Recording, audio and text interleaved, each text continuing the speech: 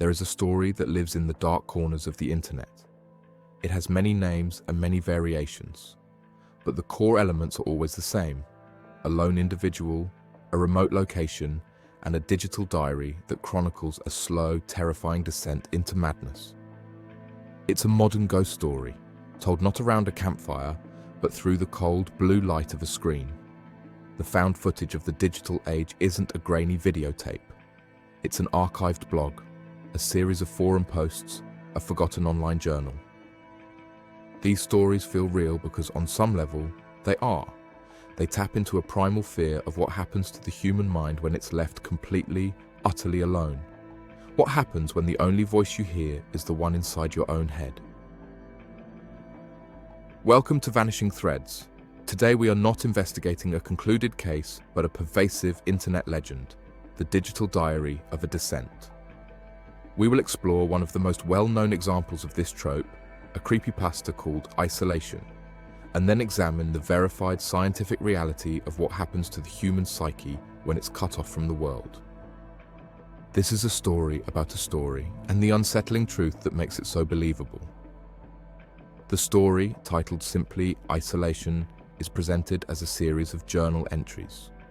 The author is an unnamed man who, on the advice of his therapist, has retreated to a secluded beachfront house for 1 week. His goal is to get a handle on his pre-existing mental health conditions, which he describes as mild schizophrenia and a history of substance abuse. His therapist has suggested he keep a journal to track his progress. Day 1 is filled with a sense of calm and cautious optimism. The narrator writes, "It might not be too bad out here, if I'm being honest.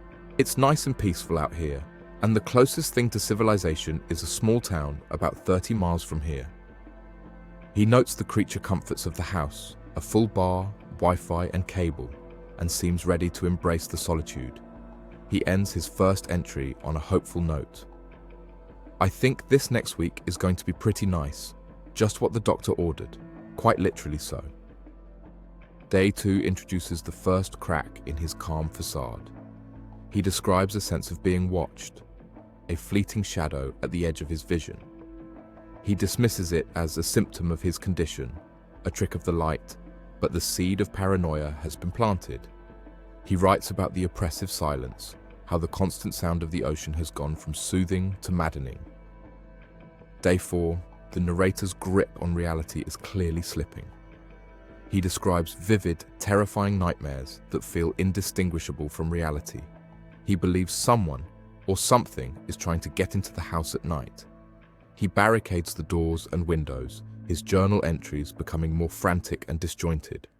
He is no longer just documenting his therapy, he is documenting a siege. Day 5. The journal entry for this day is a chaotic, visceral account of extreme violence. The narrator describes being attacked by small, childlike entities. The entry is a stream of consciousness nightmare, filled with terror and confusion. He writes, "They cut me, Bob.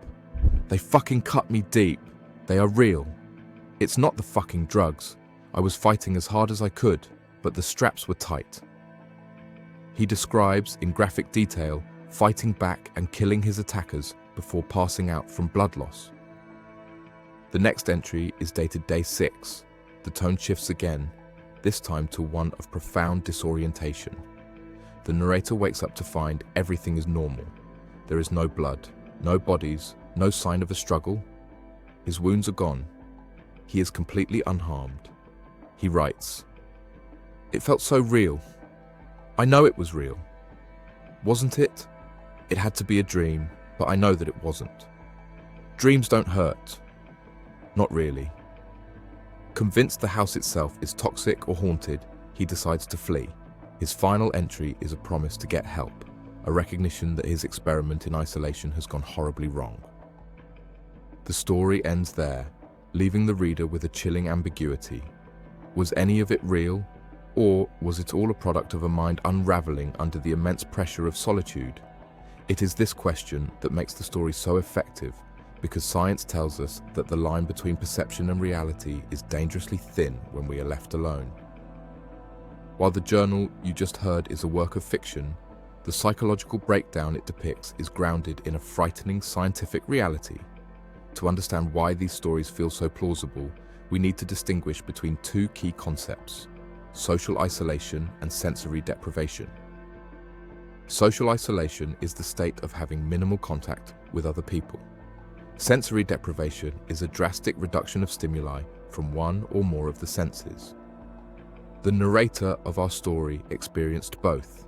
He was alone, but he was also in a monotonous environment where the endless, unchanging sound of the ocean became its own form of silence. This combination is a powerful catalyst for psychological distress. For decades, scientists have studied its profound and often disturbing effects on the human mind. One of the most famous early experiments was conducted in the 1950s by psychologist Donald O. Hebb. He paid male college students to lie in a comfortable bed in a small, quiet room 24 hours a day. They wore translucent goggles that let in light but prevented them from seeing shapes, and gloves to limit their sense of touch.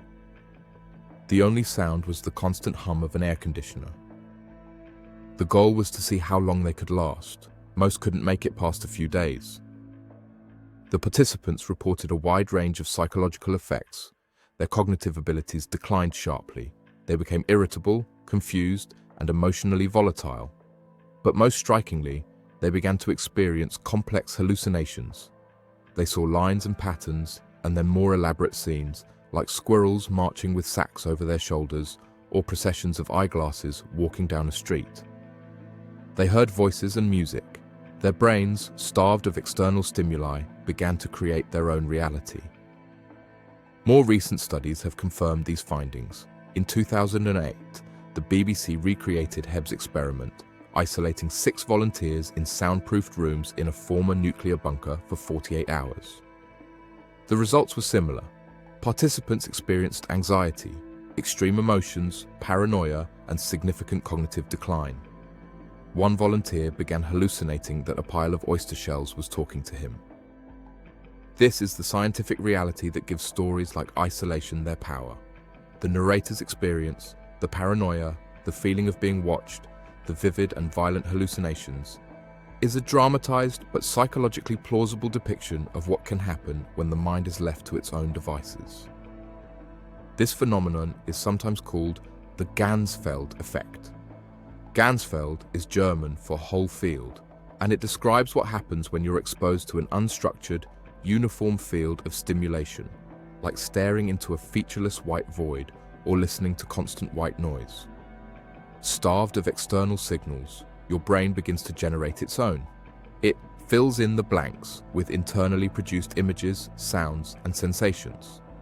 These can start as simple patterns of light and color, but can evolve into complex, vivid hallucinations, indistinguishable from reality. The brain is a pattern-seeking machine. When it can't find patterns in the outside world, it begins to find them within itself, often blurring the line between what is real and what is imagined. Furthermore, for an individual with a pre-existing condition like schizophrenia, as the story's narrator claims to have, prolonged isolation can act as a powerful trigger, exacerbating symptoms and potentially leading to a full-blown psychotic episode. The story's ambiguity, is it a ghost or a hallucination, is, in a clinical sense, almost irrelevant. To the person experiencing it, the terror is very, very real. This isn't just theoretical. Our world has natural laboratories where these extreme conditions are a fact of life. One of the most studied is Antarctica. Researchers who choose to winter over on the continent are completely cut off for months on end. They face a monotonous landscape of white, the unending darkness of the polar night, and confinement with a small, unchanging group of people. The documented psychological effects are so common they have a name: winter over syndrome. Symptoms include depression, irritability, insomnia, cognitive decline, and, just like in the experiments, hallucinations. Some describe the Antarctic stare, a mild hypnotic state where a person simply zones out, their brain taking a break from the understimulating environment. Another stark example comes from the world of solo sailing. The 1968 Sunday Times Golden Globe race was the first ever solo, non-stop, round-the-world yacht race. it became a tragic study in the psychology of isolation. One competitor, Donald Crowhurst, was ill-prepared for the journey. As his boat fell into disrepair, he began to fake his position reports, pretending to be making progress while secretly idling in the Atlantic. Alone for months, his logbooks transformed from a record of his voyage into a rambling 25,000-word philosophical manifesto. He was consumed by delusions about cosmic consciousness and his own divinity. His final entry was a countdown to when he would resign the game. His boat was found, adrift and empty. Crowhurst was never seen again. His is a devastating, real-world account of a mind lost to the pressures of solitude. The legend of the digital diary of a descent persists because it speaks to a uniquely modern fear. In an age of constant connection, what is more terrifying than the thought of being completely cut off? The story of isolation serves as a stark reminder that our sense of self and our sanity is deeply intertwined with the world around us. When that connection is severed, the mind can become a haunted house, and the ghosts it creates are the most terrifying of all, because they are born from within. This is the power of the internet mystery.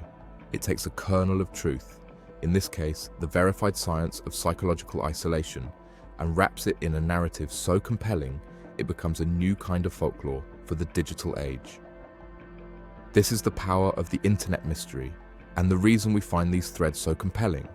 They take a kernel of scientific truth, in this case, the verified psychology of isolation, and wrap it in a narrative so effective it becomes a new kind of folklore for the digital age. These stories are more than just campfire tales. They are reflections of our modern anxieties, amplified and distributed at the speed of light. They are the vanishing threads of anonymous posts and forgotten forums that weave themselves into the fabric of our collective memory, reminding us that even in a world of total connection, the most terrifying voids are the ones we find within ourselves. Thanks for tuning in. I hope you enjoyed this episode. And until next time, stay curious, stay safe.